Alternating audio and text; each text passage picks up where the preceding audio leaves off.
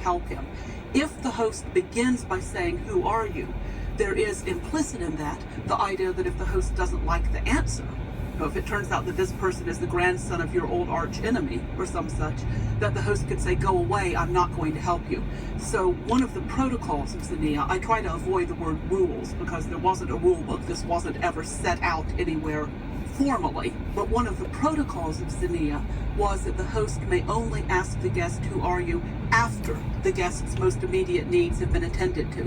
So when we first meet Telemachus, so to speak, in the Odyssey, we see that he knows how to act as a proper host in his greeting of his guest Athena. And while they're eating, and after their meal, they have a conversation in which Telemachus's two main concerns, the two things that are troubling him, are brought out. He unburdens himself, he opens his heart to Athena, tells her his troubles, and his troubles are twofold: his grief over his absent father and his anger at the suitor's behavior. Now, Athena, of course, is here specifically to advise Telemachus and to help Telemachus. We, as the audience, know that.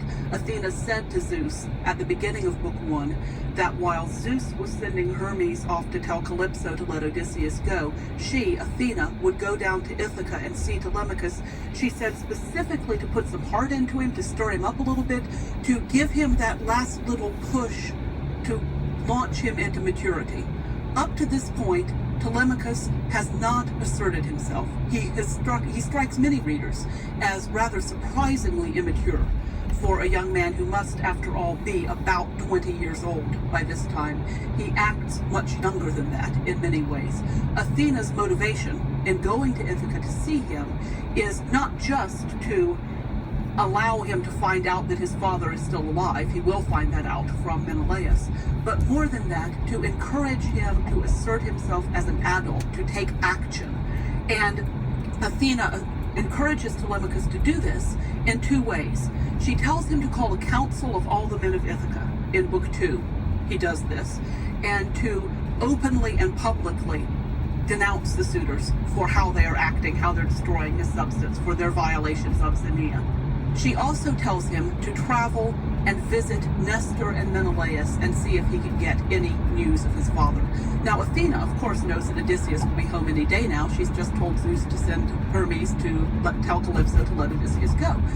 She could just tell Telemachus, "I'm Athena, Odysseus will be home any day now." But she doesn't do that because, again, she wants Telemachus to assert himself, to go off on his own, to have a chance to act as an adult in his own right before his father does in fact return home. So Telemachus takes the advice of this guest, whom of course he does not know as Athena, and in the council that he calls in Book 2 of the Odyssey, he directly accuses the suitors of violating Xenia. Now, neither he nor Athena ever used the term violating Xenia, but that is clearly what they're talking about in effect, though they don't put it in exactly that terminology.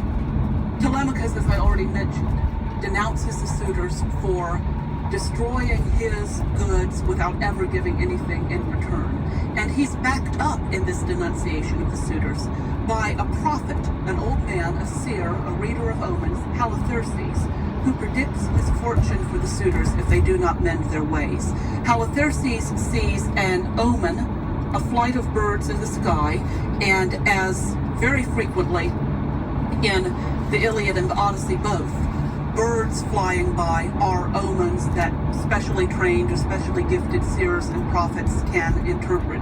In this omen, Halitherses sees two eagles fly by that Zeus sends. They fly by and overhead and tear one another with their talons.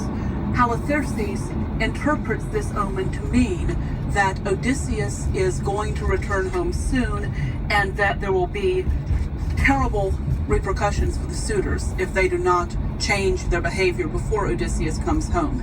Now, the response of the suitors to Halitherses' prophecy is, I think, absolutely essential for our understanding both of the suitors' character and of how we're supposed to view these suitors in the Odyssey. One of the suitors, their spokesman, Eurymachus, responds to Halitherses after Halitherses has said that Odysseus is about to come home and the suitors must change their ways or suffer the consequences. Eurymachus, answering Halitherses, says, "Old man, Better go home and prophesy to your children, for fear they may suffer some evil to come. In these things I can give a much better interpretation than you can. Many are the birds who wander under the sun's rays. Not all of them mean anything. Odysseus is dead, far away, and how I wish that you had died with him also.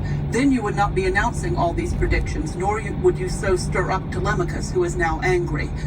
And Eurymachus continues his speech. It's a fairly long speech, by saying, if you keep doing this, Halitherses, if you keep stirring up Telemachus, we'll lay a penalty on you that will make you very sorry, and that Telemachus must tell Penelope, choose a husband and marry now. We're not going to go away until she does, because, he concludes, in any case we fear no one, and surely not Telemachus, for all he is so eloquent.